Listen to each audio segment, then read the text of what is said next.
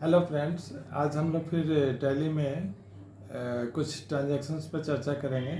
जब हम लोग टैली में फाइनेंशियल ट्रांजैक्शंस की एंट्री करते हैं तो डिस्काउंट वाले ट्रांजैक्शंस में हम लोग फंस जाते हैं, क्योंकि आप सोचते हैं डिस्काउंट अकाउंट का मूवमेंट किधर करें, डेबिट साइड में करें कि क्रेडिट साइड में करें।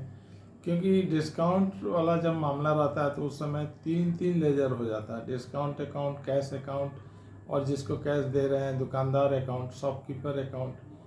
तो ये तो पता रहता है कैश अकाउंट किधर लिखेंगे, डेबिट में कि क्रेडिट में। लेकिन डिस्काउंट अकाउंट को लेके हम लोग कन्फ्यूजन में रहते हैं, ये किधर इसका मूवमेंट करें। तो अगर हम चाहते हैं कि कन्फ्यूजन ना रहे तो इस मामले में हमें सिर्फ एक बात का ध्यान रखना है कि डिस्काउंट डेली लाइफ में या मार्केट में तभी मिलता है जब हम लोग कैश पे कर रहे होते हैं या रिसीव कर रहे होते हैं। पेमेंट का केस में और रिसीव का केस में, यही दोनों केस में, यही दोनों ट्रांजैक्शंस में डिस्काउंट की गुंजाइश रहता है। अब डेली लाइफ में नज़र दौड़ाइए, देखिए हर जगह सेल लगा हुआ, डिस्काउंट दे रहा है। तो सेल बढ़ाने के लिए ऑनलाइन शॉपिंग का सीन याद कीजिए। फ्लिपकार्ट में गए, अमेजन पे गए या किसी और शॉपिंग प्लेटफॉर्म पे गए तो वहाँ क्या कहा जाता है कि इस बैंक के कार्ड से देंगे तो 5% मिलेगा, और ICICI बैंक के कार्ड से देंगे तो 10% मिलेगा, या आप कोई गवर्नमेंट के कार्ड से देंगे तो 2% मिलेगा।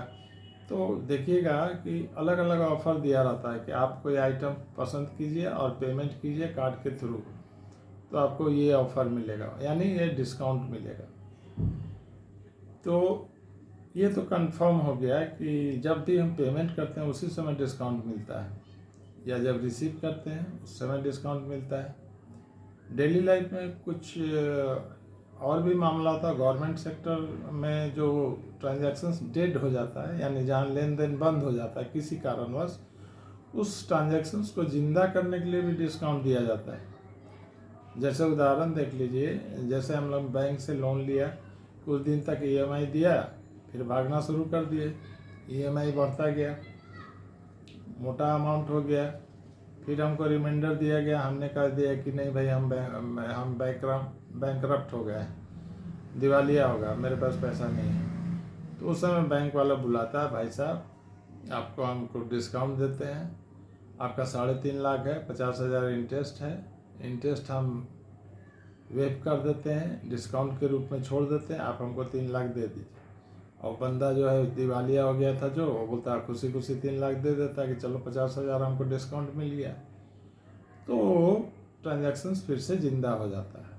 ठीक है, उसी तरह बहुत सारा घटना घटता है। जैसे बिजली का कनेक्शन लिए, कुछ दिन तक बिजली बिल दिए, फिर देना छोड़ दिए, ड्यू अमाउंट ज़्यादा हो गया तो बिजली का कनेक्शन काट दिया गया।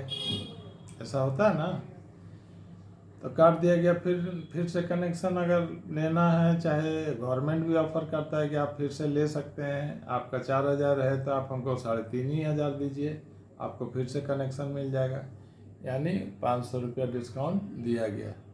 इसलिए वो डेट वाले ट्रांजैक्शंस को ज़िंदा करने के लिए। ठीक है, तो अब इसका जब टैली में एंट्री करेंगे तो बस हमको ये ध्यान में रखना है कि कैश का पोजीशन देख लीजिए, कैश या बैंक का। चेक से पेमेंट करेंगे तो बैंक का, कैश और बैंक का मूवमेंट, अगर कैश या बैंक अकाउंट का मूवमेंट अगर डेबिट साइड में है, ये तो पता है हम लोग को। डेबिट तब कब होता है, जब कभी हम कैश रिसीव करेंगे डेबिट साइड में कैश रहेगा, कैश अकाउंट, या चेक के थ्रू रिसीव करेंगे तो बैंक अकाउंट डेबिट साइड में रहेगा। तो कैश या बैंक अकाउंट अगर डेबिट साइड में है तो डिस्काउंट अकाउंट को भी आंख मूंद के डेबिट साइड में कर दीजिए। और कैश और बैंक अकाउंट अगर क्रेडिट साइड में है, ये कब होता है, पेमेंट के समय। पेमेंट के समय हमारा जेब से पैसा जाता है, what goes out that is credited, we know better. तो जो जाता है उसको क्रेडिट करते हैं। तो पेमेंट के समय कैश या बैंक क्रेडिट होगा तो डिस्काउंट अकाउंट को भी क्रेडिट कर दीजिएगा। ठीक है, इसको हम एग्जाम्पल से दिखा रहे हैं आपको।